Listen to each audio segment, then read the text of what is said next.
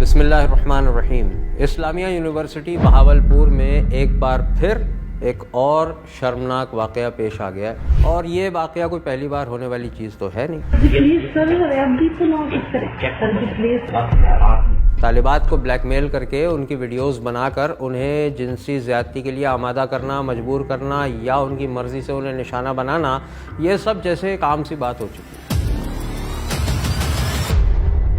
کچھ عرصہ پہلے جولائی 2023 میں بھی اسی بہاولپور یونیورسٹی، اسلامیہ یونیورسٹی بہاولپور کے ایک سیکیورٹی آفیسر کے پاس سے آپ کو یاد ہوگا 5,500 سے زیادہ نازیبہ ویڈیوز برآمد ہوئی تھیں، جس میں یونیورسٹی کی طالبات کے ساتھ اسٹاف اور دیگر لوگ موجود تھے۔ اسلامیہ یونیورسٹی بہاولپور میں مبینہ طور پر 5,500 نازیبہ ویڈیوز کا اسکینڈل۔ پولیس کی جانب سے ویڈیوز کا معاملہ دبانے کی کوشش، نگراں وزیر اعلیٰ کو رپورٹ پیش کر دی گئی۔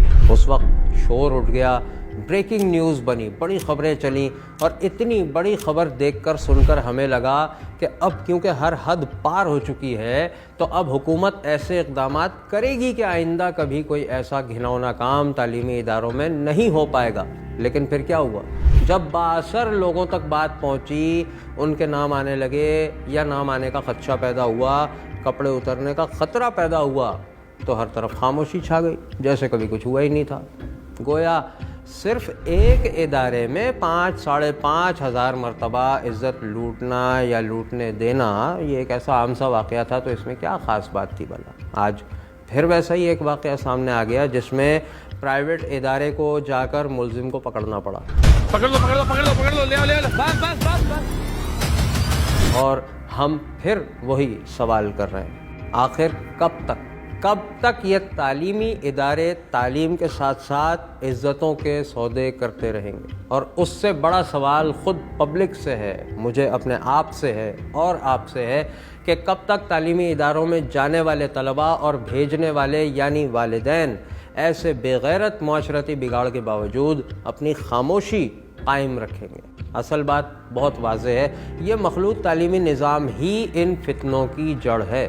دیکھیے، سیکولرزم جو دین کو بس ذاتی اعمال تک محدود رکھنے کی تعلیم دیتا ہے، لبرلزم جو خواہشات کو کسی بھی طرح پورا کرنے کو حق کہنے لگتا ہے، فیمنزم جو امپاورمنٹ کے نام پر عورت کو عورت کے علاوہ باقی سب کچھ بننے پہ راضی کر لیتا ہے، اور پھر کیپٹلزم جو کمانے کی ہوس اور مادیت کے حصول کے لیے ہر راستے کو جائز بنا دیتا ہے، ان تمام نظریات سے متاثر ہو چکے افراد ایک مخلوط نظام میں جب جمع ہوتے ہیں تو رزلٹ لازمی طور پر ایسے ہی ہوتے ہیں۔ کانٹے بو کر پھولوں کی تمنا کرنے والوں کو آپ کیا کہتے ہیں، یہ آپ خود بہتر جانتے ہیں۔ مخلوط تعلیمی نظام کا بنیادی ڈھانچہ جن نظریات اور افکار پر کھڑا ہوا ہے، ان میں نہ کوئی اخلاقی حدود ہوتی ہیں، نہ شرعی پردہ ہے، نہ پاکیزگی کا کوئی تصور ہے، اور نہ ہی نیت محفوظ رکھنے کا کوئی معاملہ ہے۔ تو ایسے ماحول میں آپ کی بھلائی اور فلاح کی کوئی امید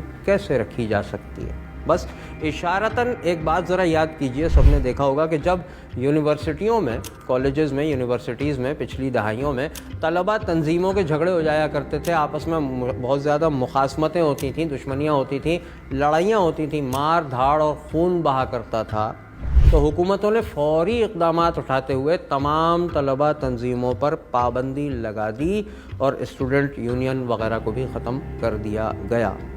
کیوں؟ کیونکہ طلبہ کی جان خطرے میں تھی۔ تو کیا مسلمان کے لیے سب سے زیادہ اہم صرف اس کی جان ہوتی ہے؟ اس کی عزت، اس کی حیا اور ایمان کی کوئی حیثیت نہیں ہوتی؟ کیا صرف جسم کو بچانا اہم ہے، روح اور اخلاق برباد ہو جائے تو کوئی پرواہ نہیں؟ ریاست کے حکمرانوں اور مقتدرہ سے ہمارا سوال ہے کہ اگر طلبہ کی جان بچانے کے لیے قانون سازی کی جا سکتی ہے تو ان کی عزت، ان کے وقار اور سب سے بڑھ کے ان کے ایمان اور کردار کو بچانے کے لیے مخلوط تعلیمی نظام پہ پابندی کیوں نہیں لگائی جا سکتی؟ یا پھر یہی سچ ہے کہ ہمارے سو کالڈ حکمرانوں کے نزدیک ایمان، حیا اور آخرت کی کوئی اہمیت باقی نہیں رہی؟ مرنے کے بعد دوبارہ اٹھنا اور جواب دینا، ان تمام باتوں کا کوئی احساس، کوئی خوف ہمارے حکمرانوں میں باقی نہیں رہا؟